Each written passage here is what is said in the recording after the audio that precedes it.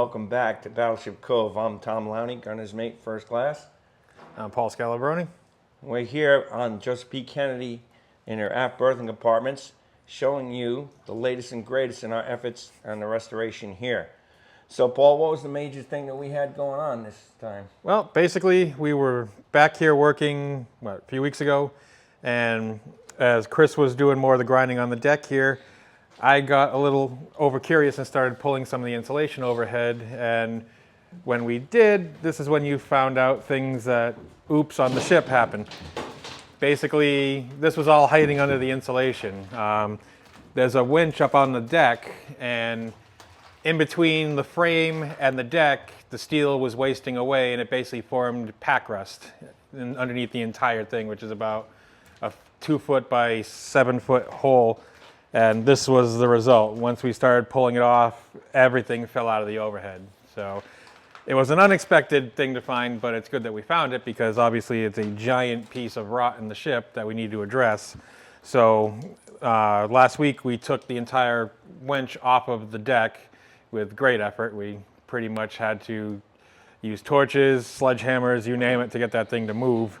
But we finally got it off there, so when we do the deck restoration in the spring, we can rebuild the entire structure above our heads. Which is going to take a good amount of effort and steel because, noticing the box, they had not put any drainage holes. So any condensate, water, or anything that got in there just sat there and ate the steel away over the 80 years, and now we have a skylight.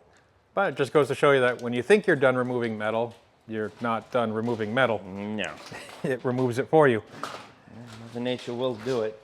This is a lesson to all you other museum ships out there. Check your foundations. Go from underneath, look at it. 80 years of built up pressure, water, rust, you name it, will eat through a 1/4 inch of steel and better. Thank God this wasn't a 1/4 inch, but I mean, as you can see, we have a lot of work to do. And the spacers, it's going to be a rebuild. It's going to be quite the interesting. But on the positive side of things, we've actually started to put new metal on the ship. We're not just cutting out all the bad stuff anymore. So we actually got a bunch of steel plates on board. Luckily, they're not super thick. Her decks are only about an 1/8 inch thick steel. So today, which we'll show you in a second when we go up forward, we started actually cutting the plates out and the patches for the mess deck area. And in the next week or so, we're going to start getting those welded back in.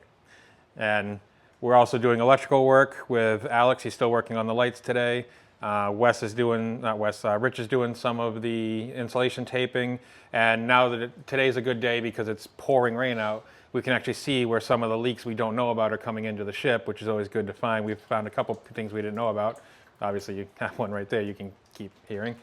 But we're going to move forward now, and we'll probably run into Alex, and then we'll run into Chris on the mess decks, and we'll check in on what they're doing. So step by step, little bit by little bit, we're getting it. And when you got an elephant of problems this size, you eat that elephant one bite at a time. So we're going to be taking this one step at a time, and we'll get her done. All right, Paul, we stopped here in the centerline passageway. What are we looking at?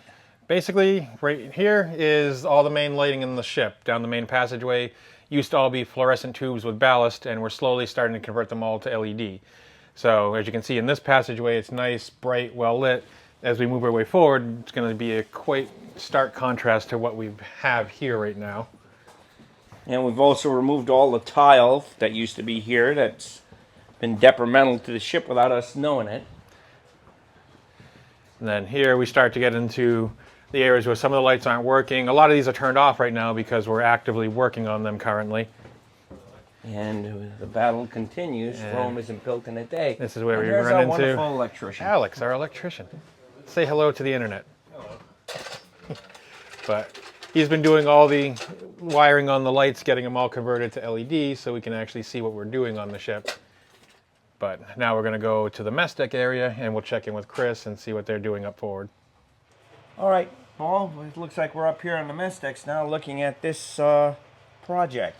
Yeah, as you can see, it looks a little different from where we left it, as in there's big square holes all over the compartment now, basically where we cut out all the bad metal.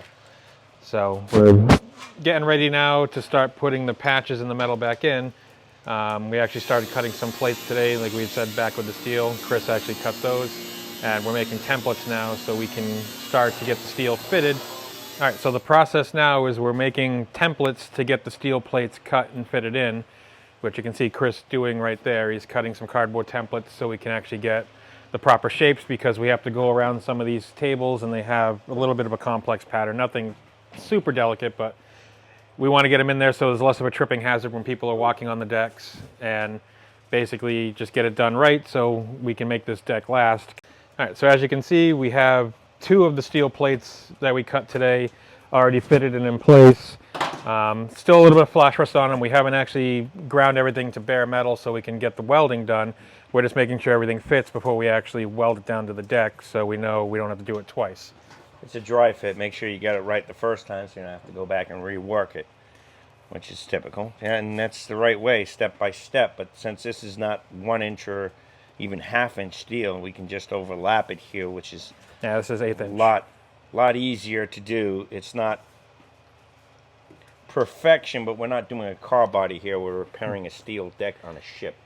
And then on the same topic of, it's good when it rains here because we get to see leaks. Obviously, we found some here today, which is actually probably the original leaks that wasted the deck away in this corner.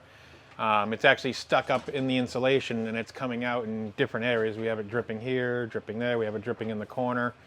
So Rich is actually above right now with Mike trying to find some of the holes so we can at least put a temporary patch on it, stop the water from coming in. But these are the things we need to find, because we could fix this deck, and if we didn't address this problem, literally in a year, we just would be right back to having holes in the steel again, because the metal's so thin that we just can't let water sit down here. And these are tin cans for a reason. They're inexpensively made and thrown together and not expected to last 100 years, which Kennedy's looking at 100 years easy. But this is what happens when you modernize a World War II warship with tiled deck. It tends to trap moisture underneath and rot through. It's not perfect. These are the kind of problems that these ships have. We're not, I mean, we are worried about seawater ingress, but it's not our primary concern. Our concern is that our problems start from the top of the ship down. So we get fresh water coming in through holes in the superstructure, and it collects in compartments, rusts through, goes to the next compartment down, rusts through until you get to the bottom of the ship. That's our biggest problem, is basically from the top side water coming in from rain and everything else. The seawater is a concern, but it's not our primary concern. That's why we're trying to address all the leaks we have topside so we can get all the compartments the way they should be. And it's a continuous battle that's just monotonous, but again, 1 bite at a time. So, as you can see, the battle is continuing. Paul looks like an outstanding job. And it's quite the in-house shipyard period. You know, we're slowly taking the bite out of crime here. This is a crime, but it's Mother Nature doing her thing. Yeah, and we're slowly starting to finally turn the table now, where we're stopping removing metal and we're actually putting stuff back in, so we're going to make it look a lot better now once we get fresh steel in here. Eventually get the deck painted, but we're still probably a month or 2 away from that. Saturday's working on this, but we're getting there. So now that we got the metal being cut and we have more steel on the way, we're going to get this deck fixed, and then after that we'll be back in the Burke exhibit where we filmed the other videos. We kind of took a pause from that right now because this compartment's a priority, because this is a very public part of the ship, so we want to get this opened up first. Back in the saddle again. But in the coming weeks, we will be showing you more on the work progress, more on the lighting that we're getting restored. We're trying to bring more heat online, just basically get the ship back to the way that it should be and get all the spaces open up so the public can see everything again, especially this compartment, the engine room that's been closed off for as long as I can remember, the Burke exhibit, just everything. Right. So like usual, if you like these videos and you like our content, like, share, subscribe to our videos. If you can come down and volunteer, we always appreciate that. If you can't volunteer but you still want to get involved, you can always volunteer monetarily, donate on the website. You can purchase things from our gift shop on the website. Basically, any way you can try to contribute, we always appreciate it. Every little bit helps, because we're doing this as a grassroots effort, and it takes a little bit from everybody to get it done, but when it all comes done, everyone's contributed, and your help is greatly appreciated. We hope to hear from you and see you more. I'm Tom Lowney, GM1. I'm Paul Scalabroni. Thank you for your time and effort. We'll see you out there. And done.